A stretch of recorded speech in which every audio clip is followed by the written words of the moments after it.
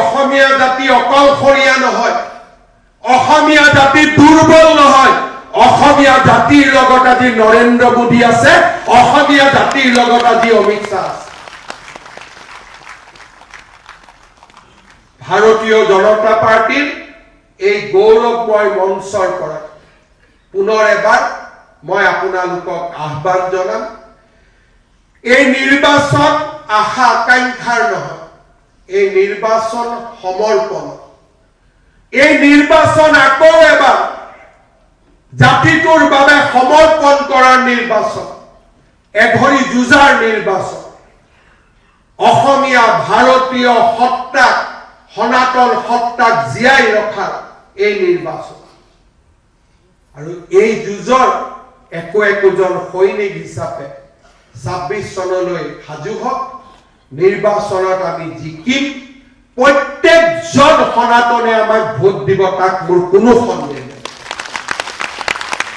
প্ৰত্যেকজন ভাৰতীয়, প্ৰত্যেকজন অসমীয়াই আমাক ভোট দিব। মই প্ৰবল আত্মবিশ্বাসী, নিৰ্বাচনৰ ফলাফল মে মাহত দিব পাৰে, মই আজিয়ে জানো। কাৰণ অসমীয়া মানুহে যদি এতিয়া শেষবাৰৰ বাবে কাবাক বিশ্বাস কৰে, তাৰেই নাম হৈছে ভাৰতীয় জনতা পাৰ্টি।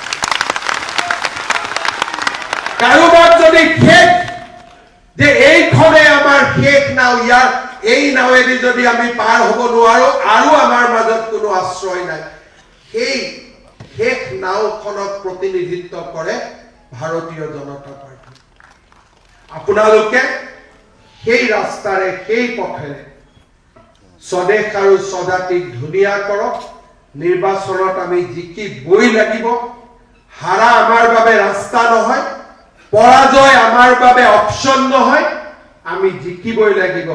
নিজৰ বাবে নহয়, সনাতনক জীয়াই ৰখাৰ বাবে, অসমীয়া ভাৰতীয়ক এই পবিত্ৰ মাটি জীয়াই ৰখাৰ বাবে এই নিৰ্বাচনত আমি যুঁজিব লাগিব, জিকিব লাগিব।